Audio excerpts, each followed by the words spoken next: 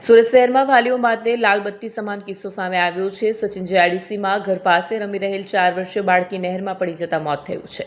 ઓમ science સોસાયટીમાં રહેતા પ્રદીપ વર્માની 4 વર્ષીય બાળકી આરાધ્યા ઘર પાસે રમી રહી હતી।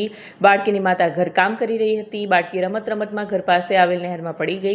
સ્થાનિકોની નજર જતા બાળકીને તાત્કાલિક બહાર કાઢવામાં આવી। બાળકીને સારવાર માટે ખસેડવામાં આવી, જ્યાં તબીબોએ બાળકીને મૃત જાહેર કરી।